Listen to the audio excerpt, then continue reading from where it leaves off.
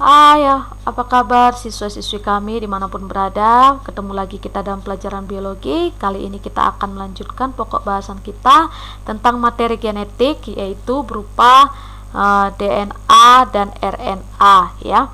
DNA terdiri dari dua pita yang saling berpilin atau dikenal dengan istilah double helix. Kemudian DNA tersusun atas 1 fosfat, 2 gula deoksiribosa, 3 basa nitrogen.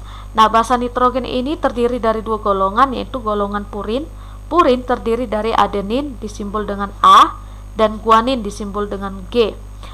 Golongan berikut yaitu pirimidin. Pirimidin terdiri dari timin disimbol dengan T dan sitosin disimbol dengan S atau C. Ini ada gambar struktur dari DNA ya. DNA ini ada dua double helix yang saling berpilin, dua untai benang, di mana tengahnya ini adalah basa nitrogen. Kalau kita buat dia dalam tidak berpilin, ini seperti tangga ya, di mana induk tangga, pinggirnya ini induk tangga, itu berisi fosfat dengan gula, dan anak tangga ini akan berisi pasangan-pasangan dari basa nitrogen. Nah, kalau kita buat lagi strukturnya dalam bentuk untai DNA antiparalel, ini dia struktur fosfat, gula pentosa, basa nitrogen, di mana sitosin ini berpasangan dengan guanin ya. Antara sitosin berpasangan dengan guanin, adenin berpasangan dengan timin. Antara sitosin dengan guanin itu diikat oleh 3 ikatan hidrogen ya. Antara adenin dengan timin itu diikat oleh 2 atom hidrogen ya. Nah, adenin ini akan dibentuk oleh poli-polinukleotida. Poli itu artinya banyak, nukleotida. Nukleotida itu adalah terdiri dari fosfat, gula pentosa dengan basa nitrogen. Nah, satu nukleotida itu terdiri dari 1 fosfat, 1 gula pentosa dan 1 basa nitrogen ya. Nah, jadi dalam nukleotida itu akan dibentuk nukleosida ya, nukleosida. Nah, nukleosida itu tanpa fosfat ya. Jadi kalau 1 nukleosida berarti 1 gula pentosa dan 1 basa nitrogen. Kalau kita lihat struktur untai DNA antiparalel, kita bisa hitung berapa nukleotida yang membentuk DNA ini ya. Nah, kita hitung ada 1, ada 2, 3, 4, 5 pasangannya, 6, 7 dan 8. Jadi ada 8 nukleotida yang membentuk DNA ini. Ingat, DNA ini pada setiap manusia itu berbeda ya, tidak ada yang sama struktur DNA-nya ya. Kalau mirip ada ya. Kemudian kita lanjut, bahwasanya DNA itu punya kemampuan menggandakan diri yang dikenal dengan istilah replikasi. Ada 3 teori replikasi DNA, yaitu teori semi-konservatif, konservatif, dan dispersif. Kalau semi-konservatif ini teorinya ada DNA induk. DNA induk ini akan memisahkan diri, masing-masing satu untai itu akan mendapatkan pasangannya yang berbeda dengan DNA induk ya. Kalau dilanjutkan ke replikasi kedua, ini dia, mereka memisahkan diri juga, di mana yang warna putih yang sama dengan induk akan mendapatkan pasangannya yang baru yang berbeda dengan induk, sementara yang induk yang merah ini akan mendapatkan pasangannya yang sama dengan dia ya.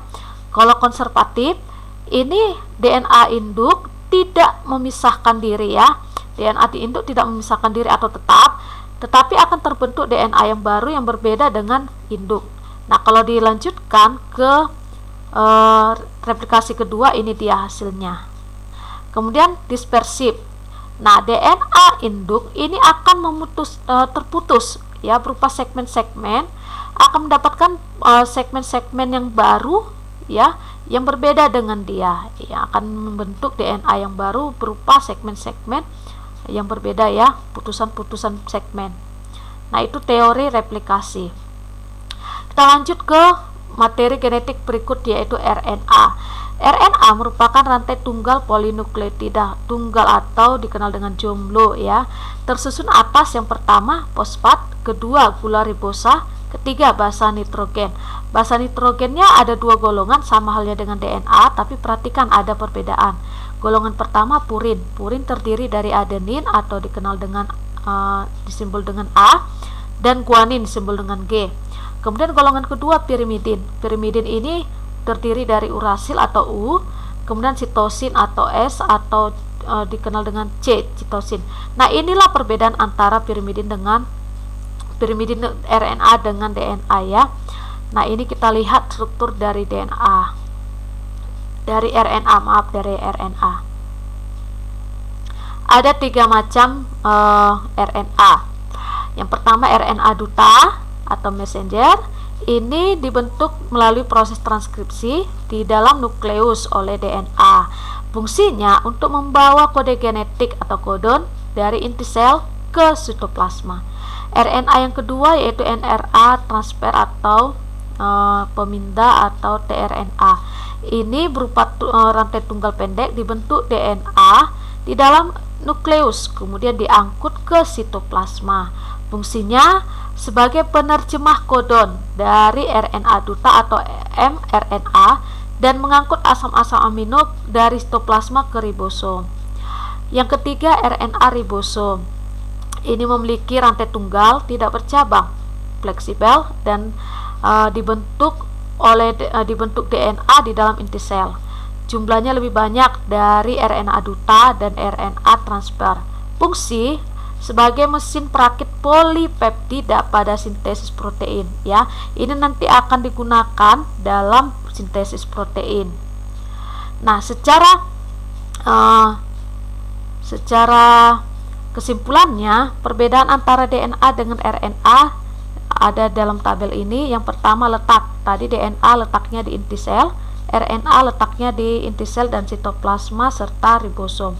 Bentuk, kalau DNA berbentuk pita spiral ganda, sementara RNA pita tunggal. Kemudian komponen gula. Komponen gula pada DNA itu berupa deoksiribosa, kalau RNA berupa ribosa.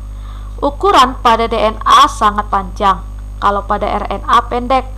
Basa nitrogennya ini dia tadi, purin berupa adenin dan guanin, pirimidin, sitosin dengan timin. Sementara RNA, purinnya itu adenin dan guanin, dan pirimidin, sitosin dan urasil. Nah, inilah perbedaan antara RNA dengan DNA.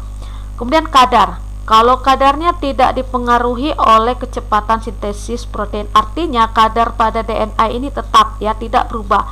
Sementara pada RNA ini berubah-ubah menurut kecepatan sintesis protein. Fungsi pada DNA mengendalikan faktor keturunan dan sintesis protein, sementara pada RNA berfungsi dalam sintesis protein. Nah, itulah pembeda antara DNA dengan RNA. Kita lanjut. Nah, di sini ada struktur dari gula pentosa antara DNA dengan RNA. Kita lihat ini strukturnya, di mana deoksiribosa ini ditandai dengan warna biru dan merah.